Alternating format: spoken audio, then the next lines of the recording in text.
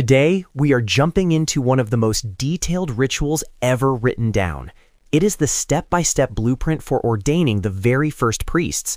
How did they physically make a person and a place holy in the ancient world? Leviticus 8 doesn't read like a story. It is a technical manual, a sacred set of instructions that Moses followed to the letter. This whole thing kicks off not with a human idea, but with a direct command from God. Before a single action is taken, Moses announces this to the crowd. He makes it crystal clear that he isn't making this up as he goes. He is not the author. He is just the one carrying it out. The first phase is all about assembly.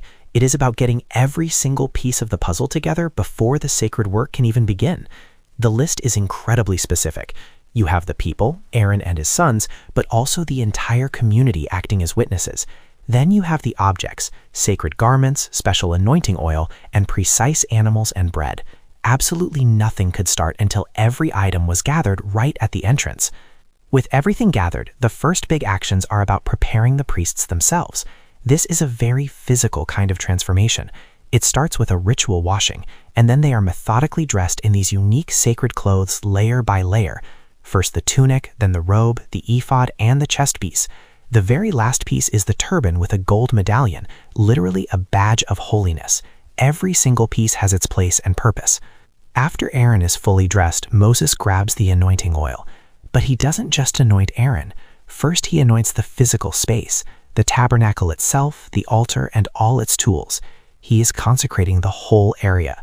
Only after the physical space is made holy does he pour the oil on Aaron's head, officially setting him apart for his sacred work. With the priest and the place consecrated, the ceremony shifts into a sequence of 3 different animal sacrifices.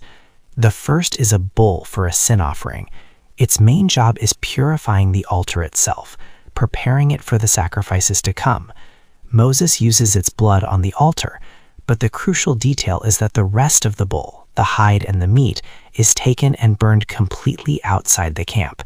It is a powerful symbol for the complete removal of impurity. Next up is the first of 2 rams brought for a burnt offering. This offering has a totally different feel. It's much more about devotion than purification. The blood isn't just dabbed on, it's splattered on all sides of the altar. And unlike the bull, the entire ram is burned on the altar. Nothing is taken outside the camp. This signifies a complete and total offering to God. And now we get to the main event, the ram of ordination. The way its blood is used is totally unique. This might be the most striking part of the entire ceremony. Moses takes the blood and dabs it on 3 specific points on Aaron and his sons, their right earlobe, their right thumb, and their right big toe. The symbolism is powerful. Their ears are consecrated to hear God's word, their hands to do God's work, and their feet to walk in God's way.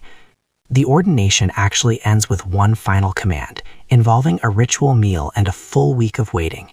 The priests boil the leftover meat from the ram and eat it right there at the entrance to the tabernacle. It is a form of communion.